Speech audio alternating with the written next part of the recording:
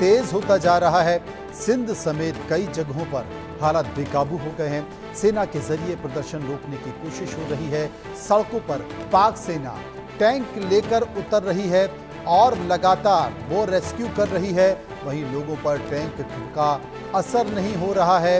लोग टैंकों के सामने आकर भी विरोध कर रहे हैं। अब पाकिस्तान की हालत लगातार बिगड़ती जा रही है और ये बगावत है पाकिस्तान की सरकार के खिलाफ, जो लगातार सिंध में देखी जा रही है, बलूचिस्तान में देखी जा रही है और खैबर पख्तूनख्वा में देखी जा रही है। सिंध समेत कई ऐसे इलाके हैं, सिंध समेत कई ऐसे इलाके हैं पाकिस्तान पर जहां पर हालात बेकाबू हो चुके हैं, क्योंकि सिंध के लोगों ने यह साफ तौर पर कह दिया है कि अगर पानी सिंध का बंद किया तो हम यहाँ पर खून की नदियाँ बहा देंगे, हम सिंध का पानी नहीं बंद होने देंगे। आपको ये भी बता दें कि सिंध में अभी भी सिंध का पानी पंजाब ले जाने की कोशिश हो रही है। सिंध में अभी भी 41% पानी की कमी है, जबकि पंजाब में 15% पानी की कमी है और पंजाब में जो 1.9 मिलियन हेक्टेयर भूमि है उसे सिंचित करने के लिए सिंध से पानी ले जाने की बात हो रही है। 6 नहरें बनाकर पानी ले जाने की बात हो रही है, जिसका विरोध सिंध प्रांत के लोग कर रहे हैं और वहां पर सिंधुस्तान के नारे भी लग रहे हैं। इसी खबर पर बात करने के लिए सीधे चलेंगे। अजय डांडियाल इस वक्त हमारे साथ मौजूद हैं। अजय, विरोध प्रदर्शन लगातार बढ़ता जा रहा है, पाकिस्तान की सरकार की हालत खराब है। लोग सेना के टैंकों से भी नहीं डर रहे हैं, बल्कि वो सेना के टैंकों के सामने खड़े होकर विरोध जता रहे हैं। देखिए, बिल्कुल जिस तरह से मनोज ये चल रहा है, ये अपने आप में बताता है कि पाकिस्तान में हालत कितनी संजीदा है। और खासतौर पे अगर आप देखें तो सिंध प्रांत जो पाकिस्तान का एक मुख्य ये कहा जा सकता है कि एक इलाका है जिसमें पाकिस्तान कहीं ना कहीं बड़ी चीज़ों को देखता है, बड़े एनालिसिस के हिसाब से पाकिस्तान उसे बड़ा सुरक्षित मानता है। आज जिस तरीके से वहाँ विरोध प्रदर्शन चल रहा है इस सिंचाई नहर को लेकर, उसके बाद अपने आप में लोगों का सीधे सेना के सामना करना और खड़े हो जाना, गोली चलने के बाद और ज़्यादा उग्र हो जाना, ये अपने आप में बताता है कि पाकिस्तान का अब ये तीसरा प्रांत है जहां पर पाकिस्तान अब अपने ये कहा जा सकता है कि पूरे तरीके से अपना कंट्रोल खो चुका है। और इसी तरह से अगर रहा तो ये लोग जो हैं वो उग्र होकर कहीं ना कहीं वहां पर काफी बवाल जो है वो करने के लिए पूरी तैयारी में है और पाकिस्तान सरकार जो चाह रही है वहां करना उसे नहीं होने देंगे। अजय, जिस तरीके से विरोध प्रदर्शन चल रहा था, कल भी एक मंत्री का घर फूंक दिया था, उसके बाद वहां पर गोलियां चली थी, विरोध प्रदर्शन बढ़ रहा था। सेना के कई लोग ये कहते नजर आए थे कि देखिए अभी अभी जंग खत्म हुई है, हम जंग में लड़कर आए हैं, लेकिन सिंध के लोग पाकिस्तान की सेना को ये बता रहे थे कि आप हमारे दुश्मन हैं, आप हमारे हितैषी नहीं हैं। ये विरोध अगर बढ़ता गया तो ये विरोध कहाँ जाकर रुकेगा? देखिए मनोज, जिस तरीके से ये विरोध बढ़ रहा है तो इसके रुकने का मतलब नहीं लगता अभी कोई है। और खासतौर पे अगर आप इस चीज को देखें कि ये विरोध अब खाली सरकार के खिलाफ नहीं रहा है, ये विरोध अब सेना के खिलाफ हो गया है, क्योंकि पाकिस्तान में सेना ही सब कुछ मानी जाती है। और जब लोगों ने सरकार के खिलाफ विरोध प्रदर्शन किया, सरकार नहीं सुनी और सेना उसमें जब उतारी गई तो उसके बाद सेना के खिलाफ ये लोग हो गए हैं। तो ये विरोध बहुत पास नहीं रुकने वाला है। सरकार के लिए चिंताएं बहुत ज्यादा हैं, वो इस चीज के लिए कि अगर आप देखें तो पीओके में लोगों का विरोध प्रदर्शन इस चीज को लेकर है कि ना सेना सुनती है ना सरकार सुनती है, वहां के लोगों को बुनियादी सुविधाएं नहीं मिली। खैबर पख्तूनख्वा की देख लीजिए, बलूचिस्तान की देख लीजिए और सिंध प्रांत की अब देख लीजिए। सिंध प्रांत के लोगों ने पहले ही कहा था कि किसी भी तरीके से उनके रिसोर्सेज का इस्तेमाल जो है वो कहीं और नहीं हो सकता।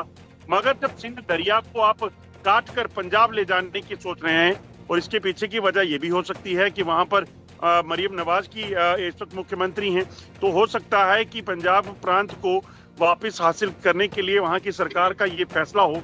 मगर पाकिस्तान में अब सरकार जो भी हो, वहां जो ये सूबे हैं अलग अलग, जो जैसे सिंध है, पंजाब है, खैबर पख्तूनख्वा है, बलूचिस्तान है, ये लोग अपने आप में पूरे तरीके से इंडिपेंडेंटली काम करते हैं। और इसी वजह से अगर आप देखें तो ये विरोध प्रदर्शन जो है उसी हिसाब से चल रहा है। उनका साफ कहना है कि इसे किसी भी कीमत पर नहीं होने दिया जाएगा, चाहे हमें जो भी करना पड़े। वाकई अजय, विरोध प्रदर्शन बढ़ता जा रहा है, सेना के लिए मुसीबत होती जा रही है, ये बड़े चौंकाने वाली बात है। बहुत बहुत शुक्रिया करेंगे आपका जो विस्तार से हमें जानकारी दे रहे थे। आगे बढ़ते हैं, बात करते हैं एक और बड़ी खबर की। वज़ीरिस्तान के मीर अली में ड्रोन का हमला देखा गया है। ड्रोन के हमले का मामला सामने आया है। सांसद ने ML खान ने शहबाज मुनीर की पोल खोल दी है। ड्रोन हमले में वजीरिस्तान में 4 बच्चे मारे गए हैं। अब तक जो जानकारी मिली है, ML खान ने इस बात का जिक्र दिया है। बच्चे कैसे मारे गए इसका पता ही नहीं चल पाया है। ML खान ये बात कर रहे हैं। सांसद ML खान ने ये आरोप लगाया है कि आखिर बच्चे कैसे मारे गए। ड्रोन हमले में वजीरिस्तान में 4 बच्चे मारे गए हैं। ये पाकिस्तान से खबर आ रही है। आपको ये भी बता दें कि वजीरिस्तान के मीर अली में ड्रोन से हमला किया गया है और ड्रोन से जो हमला किया गया है उसमें कुछ बच्चों की मौत हो गई है। ये आरोप किसी और ने नहीं बल्कि सांसद ने लगाया गया है कि ड्रोन से जो वजीरिस्तान में हमले किए गए हैं उसमें 4 बच्चों की मौत हो गई है। बच्चे कैसे मरे हैं अब तक इसका पता नहीं चल पाया है, लेकिन ड्रोन से हमला किया गया था जिसमें 4 बच्चों की मौत हो गई। पूरी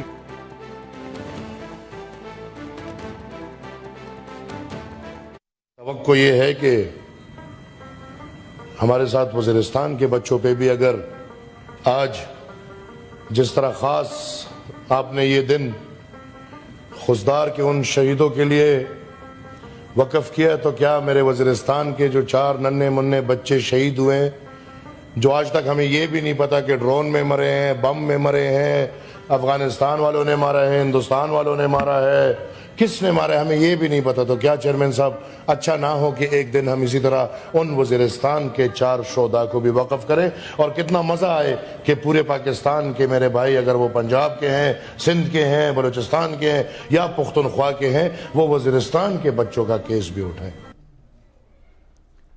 अजय जांडेल मेरे साथ मौजूद हैं। अजय, थोड़ा विस्तार से समझाएं कि ML खान जो आरोप लगा रहे थे वो आरोप ये कहाँ लगा रहे थे, ये बच्चे कहाँ मरे थे, कब मरे थे, क्योंकि वो इस बात का जिक्र कर रहे हैं कि इन बच्चों को किसने मारा है।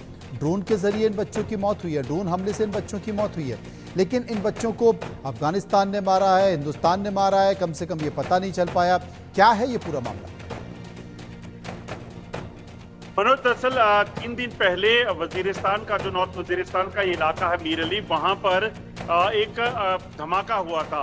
उस धमाके के बाद जब सेना जांच करने लगी तो उसमें अभी तक उन्हें कोई भी सबूत या कोई भी चीज खास नहीं हो पाया कि हुआ क्या है। सिर्फ वजीरिस्तान में ये जो धमाका हुआ है इसमें ये जो TTP के लोग एक्टिव हैं वहाँ पे खैबर पख्तूनख्वा में, उनके बच्चे जो हैं ये 2 मारे गए हैं, जिसको लेकर ये जो सांसद हैं वो इस चीज का एतराज जता रहे हैं कि इस हमले की ना किसी ने निंदा की और ना ही उन लोगों की सुध ली जिन्होंने अपने बच्चों को खोया है। इसी को लेकर जो है कि विरोध प्रदर्शन, और विरोध प्रदर्शन में ये कहा जा रहा है कि अभी तक क्या संसद या सदन जो है इस चीज को लेकर एक तो उन बच्चों को की आत्मा की शांति के लिए दुआ करे, प्लस इस चीज को लेकर कि आज तक हमारी सेना को इतना भी पता नहीं चल पाया कि वो कैसे हुआ है। इस हमले को सरकार कहीं ना कहीं, क्योंकि इस चीज में देखा जा रहा है कि खैबर पख्तूनख्वा में लंबे समय से पाकिस्तानी सेना जो है अपना मिलिट्री ऑपरेशन चला रही है TTP के खिलाफ। माना यह जा रहा है कि जो हमला हुआ है इसमें TTP के खिलाफ जो ड्रोन का इस्तेमाल कर रही थी पाकिस्तानी सेना, उनसे ये हमला हुआ है और उसमें 2 बच्चे मारे गए हैं। इसी चीज को लेकर सांसद जो हैं वो सवाल उठा रहे हैं कि आखिरकार आज तक पता नहीं चल पाया कि किसने मारा है। और आपको पता है पाकिस्तान में जब भी कोई धमाका हो तो उसमें भारत का नाम जोड़ना उनके लिए एक मजबूरी हो जाती है, और इसी वजह से उन्होंने इस बार भी कहीं ना कहीं कोशिश की है। मगर सच्चाई ये है, जो सूत्र बता रहे हैं कि जो ड्रोन हमला था ये पाकिस्तानी सेना ने किया, और उस ड्रोन हमले में जब धमाका हुआ तो ये 2 बच्चे जो हैं वो चपेट में आए। दरअसल इनका मकसद TTP के इलाके को टारगेट करना था, और ये उसे करने के बजाय, उनको कोई नुकसान पहुंचाने के बजाय एक रिहायशी इलाके में इन्होंने टारगेट किया जिसमें 2 बच्चों की मौत हो गई। अजय बता रहे हैं कि ये पूरा एक मामला है और रिहायशी इलाका है जहां पर ये हमला हुआ, 2 बच्चों की मौत हो गई। इस बारे में आपने बड़ी महत्वपूर्ण बात ये बताई है अजय कि किसी ने भी इस बात का ख्याल नहीं लिया, जिनके बच्चे मारे गए हैं उनको कोई मदद नहीं की, उनका कोई पूछने वाला नहीं है। क्या इस पूरे मामले को लेकर पाकिस्तान सरकार की एक मुसीबत यहाँ भी पड़ सकती है, जिस तरीके से कहा कि सरकार ने उनको उन्हीं के हाल पर छोड़ दिया? मनोज, एक बार सवाल दोहराइएगा। अजय, क्या आपको लगता है कि सरकार ने इस घटना में भी इन लोगों को, पीड़ित लोगों को उन्हीं के हाल पर छोड़ दिया है? देखिए, बिल्कुल। दरअसल होता क्या है मनोज, जब पाकिस्तानी मिलिट्री ऑपरेशन कर रही है, जैसे खैबर पख्तूनख्वा में उनका ऑपरेशन चल रहा है, इसी तरह से इनका ऑपरेशन जो चल रहा है वो चल रहा है बलूचिस्तान में। जब सेना को नुकसान होता है तो ये विक्टिमाइज करने की कोशिश करते हैं उसको, उसके बारे में कुछ जांच जो है वो नहीं बताते। और जब सेना ऑपरेशन करती है और उसमें वे मासूम लोग मारे जाते हैं, तब सेना चुप्पी ठान लेती है, उसकी कोई जांच नहीं होती। यही वजह है कि इस हमले में भी जब ये हमला हुआ, इसमें जब नुकसान हुआ, तो उस नुकसान के बाद बजाय उस चीज को एड्रेस करने के, बजाय उस मसले पर कुछ बोलने के, चुप्पी साध रखी है। और इसी वजह से संसद में इस चीज को जो है उठाया गया एक सांसद द्वारा। बहुत बहुत शुक्रिया करेंगे अजय जांड्याल का, जो विस्तार से जानकारी दे रहे थे। आगे बढ़ते हैं, बात करते हैं पाकिस्तान की एक और खबर की। पाकिस्तान में पानी ने आग लगा दी। सही सुना आपने, सिंधु जल समझौता सस्पेंड होने और चिनाब का पानी रोके जाने के बाद पाकिस्तान बूंद बूंद के लिए तरस रहा। पाकिस्तान में तब और आग लग गई जब सिंध की आवाम सड़कों पर उतर आई। सिंध के गृह मंत्री जियाउल हसन लंजर का घर भी फूंक दिया। एक रिपोर्ट देखिए।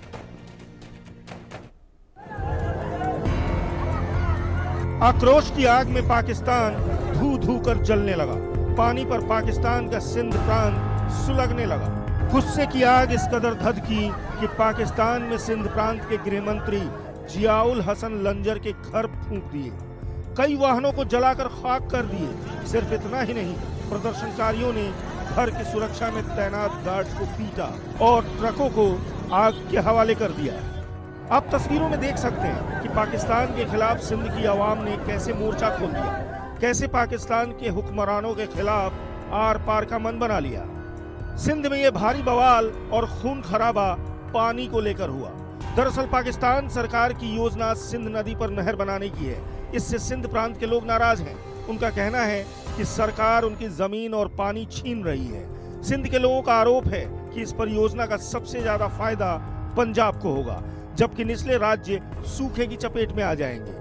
इससे नाराज प्रदर्शनकारियों ने जब राष्ट्रीय राजमार्ग पर धरना देने की कोशिश की तो पुलिस ने उन्हें बंदूक के दम पर रोकने की कोशिश की, जिससे नाराज होकर लोगों ने सिंध के गृह मंत्री के घर हमला कर दिया। इस दौरान पाकिस्तान के सुरक्षा बल और प्रदर्शनकारियों के बीच खूनी संघर्ष शुरू हो गया, जिसमें 2 प्रदर्शनकारियों की मौत हो गई, जबकि पाकिस्तान के 6 सुरक्षाकर्मी गंभीर रूप से घायल हो गए। सिंध के लोगों ने पाकिस्तान की शहबाज सरकार के खिलाफ सीधा मोर्चा खोल दिया। दमन पर मुनीर की सेना के खिलाफ सिंध का गुस्सा बढ़ गया। पाकिस्तान में गृह युद्ध के हालात बनने लगे। ये हालात तो तब हैं जब भारत ने पहलगाम हमले के बाद सिंधु जल समझौता सस्पेंड किया है। इससे ही पाकिस्तान की हलक सूखने लगी। कंगाल बदहाल पाकिस्तान बूंद बूंद के लिए तरसने लगा। और मुश्किलें तब और बढ़ गईं जब अफगानिस्तान ने भी पानी रोकने का ऐलान कर दिया। पाकिस्तान की ओर से जाने वाले पानी को रोकने के लिए अफगानिस्तान कुनार नदी पर डैम बना रहा है। अफगानिस्तान का कहना है कि इससे हमारी बिजली की जरूरतें पूरी होंगी और हम अपनी खेती में इसका इस्तेमाल करके पैदावार बढ़ाएंगे। तालिबान के जल और ऊर्जा मंत्रालय के प्रवक्ता मतीउल्लाह आबिद का कहना है कि इस डैम का सर्वे और डिजाइन तैयार हो चुका है। कुनाल दी सिंध का मस्ती न दरसनी जकड़े जका